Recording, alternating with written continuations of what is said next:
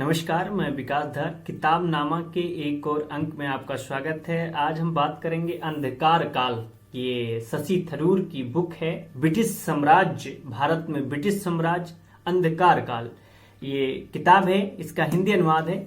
इसका जो English version English में था किताब, वो था the British empire in India an era of darkness. ये उसका हिंदी अनुवाद है। हिंदी अनुवाद इसी युगांक धीर जी ने किया है। इन्होंने इसका हिंदी अनुवाद किया है। ये बुक बहुत ही प्रसिद्ध है शशि थरूर की। ये भारत में ब्रिटिश सम्राट था, उसके बारे में इन्होंने बातचीत की है कि वो कितना दुखदाई था, कितना विस्मयकारी था और कितना निराशजनक था। उसकी बातचीत इस पुस्तक में की है। तो इस पुस्तक की पृष्ठों की संख्या की बातचीत की जाए तो इसमें करीब 415 पेज की यह पुस्तक है। इसका हिंदी अनुवाद मैं आपको बता ही रहा हूं, ये हिंदी अनुवाद है एन एरा ऑफ डार्कनेस का, उसका हिंदी अनुवाद है ये। इसकी पेज की संख्या मैंने आपको बता दी है। इसके मूल्य जो हिंदी अनुवाद है वो 795 रुपए की पुस्तक है। 795 रुपए की पुस्तक है। लेखक वर्तमान में कांग्रेस पार्टी से सांसद हैं और उन्होंने यह पुस्तक लिखी है। इस पुस्तक में उन्होंने जो भारतीय जनमानस में ब्रिटिश साम्राज्य ने किस तरीके से पूरी यहाँ की सोने की चिड़िया पहले था भारत, और किस तरीके से उसको कंगाल करते हुए सारा धन इंग्लैंड, लंदन उनके वहां पर भेज दिया गया, उस किताब की इसमें व्याख्या की गई है। और जो ब्रिटिश काल था उसको पूरा अंधकार काल बताया गया है। अगर इस पुस्तक के बारे में बात किया जाए कि कितने भागों में यह विभाजित है, तो मैं आपको बता देता हूं कि ये करीब 8 भागों में, 8 अध्याय में इसे विभाजित करके शशि थरूर जी ने इसे अच्छे से अपने हिसाब से लिखा है। इसमें उन्होंने ऑक्सफोर्ड में एक भाषण दिया था, उस भाषण पर ही ये किताब उन्होंने लिखी थी। भाषण ये था क्या मतलब ब्रिटिश सरकार को, ब्रिटिश गवर्नमेंट को, भारत सरकार को, वर्तमान भारत सरकार को क्या मुआवजा देना चाहिए, इस बात को लेकर उन्होंने एक भाषण दिया था।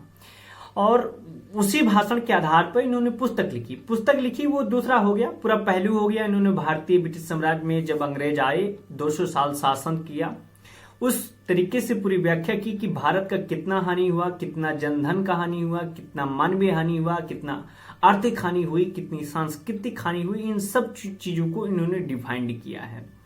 अब मैं चैप्टर में एक चैप्टर का नाम ले लेता हूं। 8 चैप्टर हैं इसमें। भारत में लूटपाट, तो लूटपाट किस तरीके से की, उसको लेकर इस चैप्टर में इन्होंने बताया है। दूसरा चैप्टर है ब्रिटिश शासन ने क्या भारत को राजनीतिक एकता दी। इस सवाल पर ये जो ब्रिटिश शासन के जो पक्षधर लोग हैं वो कहते हैं कि नहीं, राजनीतिक एकता पहले नहीं थी, बाद में आई। उस बात को इन्होंने सिरे से खारिज कर दिया शशि थरूर जी ने। किताब में आप समझ सकते हैं कि कैसे उन्होंने अपनी बातें रखी हैं।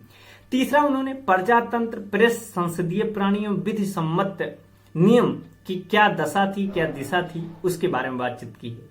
चौथा अध्याय जो अंग्रेजों का एक नंबर फार्मूला था, बांटो और राज करो, उसके बारे में बातचीत की है। 5वें अध्याय में प्रबुद्ध निरंकुशता का मिथक, किस हिसाब से निरंकुशता थी, किस हिसाब से दमन किया जा रहा था, उसकी बातचीत की है।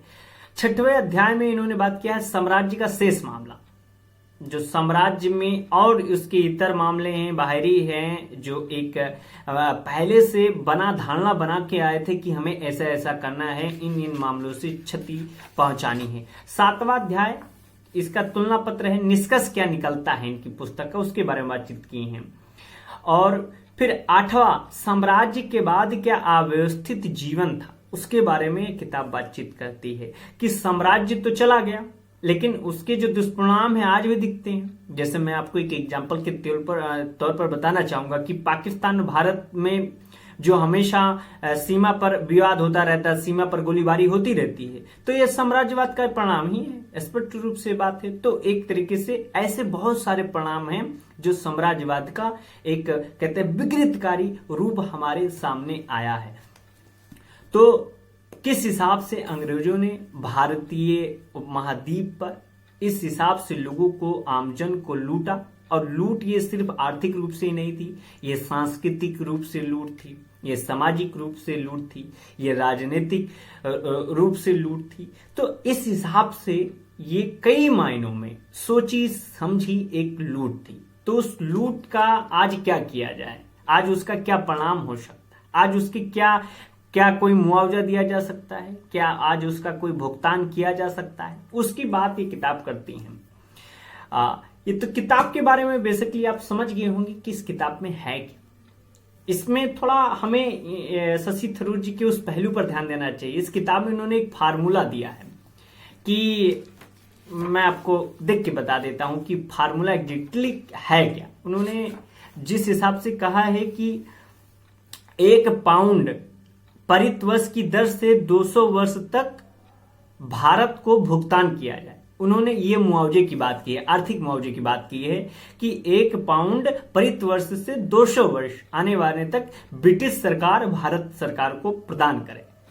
ये फार्मूला बिल्कुल रूप से व्यवहारिक नहीं है। ये फार्मूला जो उन्होंने दिया है ये व्यवहारिक नहीं है। इस किताब में जो फार्मूला है उनका वो व्यवहारिक नहीं है, वो लागू नहीं हो सकता है।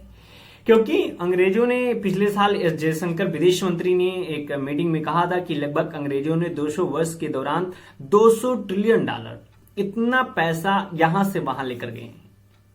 तो उस हिसाब से बातचीत करने की आवश्यकता है। उस हिसाब से अगर देखा जाए तो इनका जो ये फार्मूला है कि ये इतना पाउंड डॉलर दिया जाए 200 वर्ष तक, वो उतना मतलब सही नहीं है, उस फार्मूले पर सटीक नहीं बैठता है, व्यवहारिक नहीं है। न तो भारत सरकार दे सकती है, ना तो ये दे सकती है। तो ये मुआवजे की बातचीत करते हैं, लेकिन मुआवजे के एक अंतिम समाधान अंतिम रूप से प्रस्तुत नहीं कर पाते हैं कि मतलब क्या ये मुआवजा फार्मूला व्यवहारिक रूप से जब लागू नहीं हो सकता है तो मुआवजे की बात नहीं हो सकती है। 2-3 पहलू और हैं जिनके बारे में किताब में और बातचीत करनी चाहिए। मुझे लगता है कि एक पहलू ये है कि जो ब्रिटिश साम्राज्य है, जो मतलब वहां के लोग हैं, जो आज का मतलब ब्रिटेन है, तो वहां पर वो अपने बच्चों को क्या इतिहास में पढ़ाते हैं।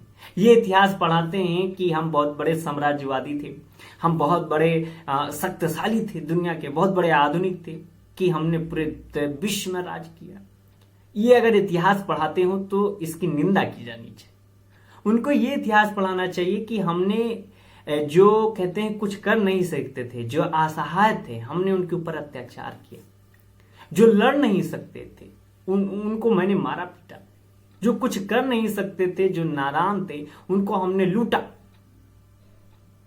तो उनको ये बताना चाहिए कि हमने किस तरीके से अपने बच्चों को इतिहास में ये पढ़ाना चाहिए कि हमने किस तरीके से पूरी दुनिया को लूटा, आम जन को लूटा, और किस तरीके से हमने भेदभाव किया, किस तरीके से पूरी दुनिया में हमने एक कहते हैं मानवता के मूल्यों की पूरी हानि पहुंचाई है। हमें उसके बारे में वो पढ़ाना चाहिए इतिहास।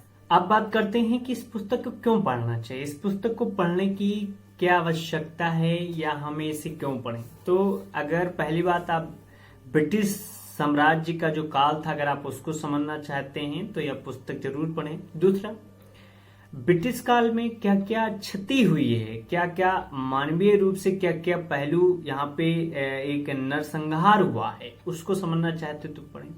तीसरा कारण ये हो सकता है कि ब्रिटिश साम्राज्य के काल के दौरान क्या अंग्रेजों ने क्या क्या यहाँ पे आर्थिक, सामाजिक और राजनीतिक और सांस्कृतिक ये जो क्षति की है, अगर आप इसको समझना चाहते हैं तो इस पुस्तक को पढ़ें। चौथा, आप वो क्षति का जो दायरा समझना चाहते हैं, जो मुआवजा भारत सरकार को, भारत के लोगों को मिलना चाहिए, अगर आप वो समझना चाहते हैं तो यह पुस्तक आपको जरूर पढ़नी चाहिए। तो लगभग पुस्तक की ये चर्चा आज यहीं पर समाप्त होती है।